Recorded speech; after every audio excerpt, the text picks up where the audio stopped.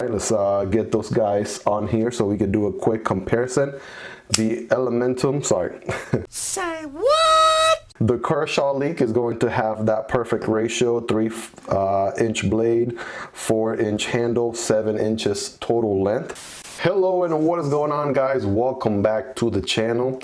My name is Miguel and you're watching Miguel EDC. Welcome back. Today we have another knife review. Today we're going to be reviewing this guy right here. This knife is called the Flissa, right? I believe that's how it's pronounced, because I mean that's how it's spelled pretty much. The Flissa pocket knife. That's it. No other fancy name. I guess they didn't want to get creative with it. They just call it the Flissa pocket knife. And I don't know, that I kind of wish they named it something different, something unique. Like you got the Civivi Elementum, the Kershaw leak, right? But this one is just the Flissa pocket knife. Now this is an interesting one. I gotta tell you guys, I am definitely very impressed with how this knife has performed. I have gotten a chance to EDC this knife for the last 2 weeks. If you missed the unboxing video on the channel, make sure to check that out. I'll probably drop a card somewhere so you can see that, maybe put it in the description as well. But let's talk about this knife. Let's first open it up. Let's see the action. Boom, look at that. This is an axis lock style knife. So it can open with the axis, right? Just like that. But look at the action. Look at the action, guys. You could do that all day. It's so butter smooth, so fidgety, right? Of course, you could open it with your thumb if you wanted to for a slower action, right? You could do that. Can you do the reverse flick? Boom, all day, every day, guys, all day, every day. You want to be careful with that blade when it comes back, because it definitely, you know, slides back very fast. But the reverse flick action right there, so you can see, it is so addicting, so addicting and so fidgety. So what are we working with for the Flissa pocket knife? So, well, right off the bat, we have a stone washed D2 blade. That's what we're dealing with right here. And I gotta tell you, this blade right here looks like nothing else that I have seen. Kind of looks like a Warncliffe in a way, modified drop point Warncliffe sort of blade. To me, it kind of looks like a Cybertruck. That's kind of what I fell in love with this knife when I was just looking through Amazon, looking at different knives and whatnot, looking for something different, looking for something unique. This thing looks like the Tesla Cybertruck. I'm like, yeah, let me try that out. Let me test that out and see what that's all about. So yes, D2 stonewash blade. For the handle here, we're dealing with black G10. We got G10 going on as well. And yes, I mean, this does not get old. So let's get some overall length here. Let's get some measurements going on so we can sort of put things in perspective. What do we have? The overall length on this guy, I want to say, is going to be around, I want to say a hair over 7 inches, right? Probably going to be a 7 inches and 1/8 of an inch more. For the blade, we got a 3-inch blade, guys. 3-inch blade. At least the cutting edge is 3 inches exactly. For the handle, we have somewhere around 4 inches. So this guy's gonna be that perfect ratio, just like the Kershaw leak. Civivi Elementum, right? Let's get those guys on here so we can do a quick comparison. The Elementum, sorry. Say what? The Kershaw leak is going to have that perfect ratio, 3-inch blade, 4-inch handle, 7 inches total length. The Civivi Elementum is going to be somewhere in that ballpark right there. And by the way, if you have not seen the review videos on these two, the Elementum, the Kershaw leak, make sure to check those out. Links for those will be in the description. Awesome EDC knives. Okay, let's do a quick hardware check, guys. We always do a hardware check in every video. My tools are linked in the description as well. They're affiliate links. They help out the channel. I work with the Strabito tool set, linked down below, and it just has every drill bit that I could possibly imagine, I could possibly need. So let's take a look here, looking at this guy. I want to probably guess somewhere around T6 and T8. Right, let me start with T6. Test that in the handle there. Right, got butterfingers, of course. That never helps. So there it is, T6 on the handle. Right, definitely something bigger for the pivot. All right, that pivot is going to be a T8. Yep. T8 on both sides. And as far as the pocket clip, that's gonna be T6 as well. This is a quick blade stock thickness on this bad boy here. Let's see, in the thickest area, we're dealing with, all right, 0.10, right? 0.10 inches right there. That's the thickest portion right here by the tip. I know that's a very pointy, slicey tip right there.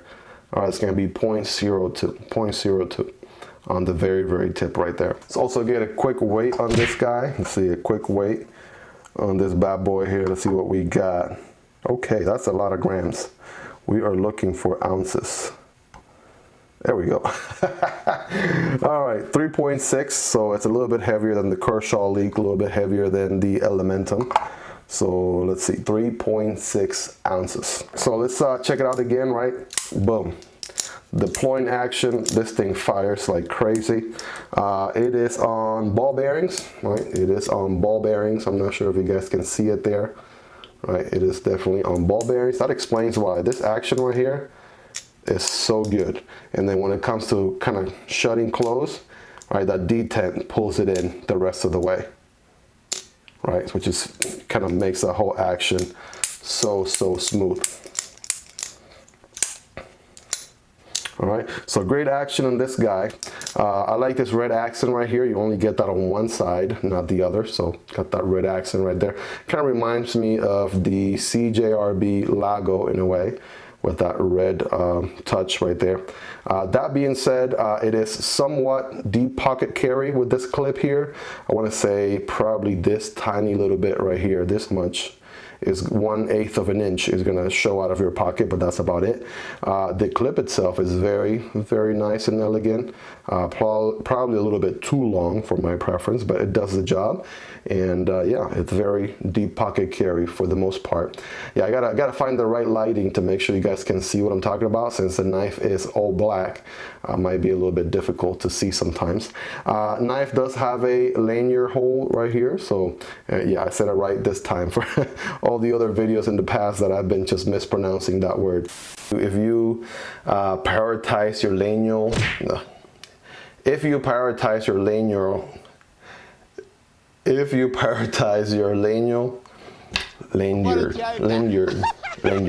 lanyard hole right there. All right, if you're into that, that is there for you.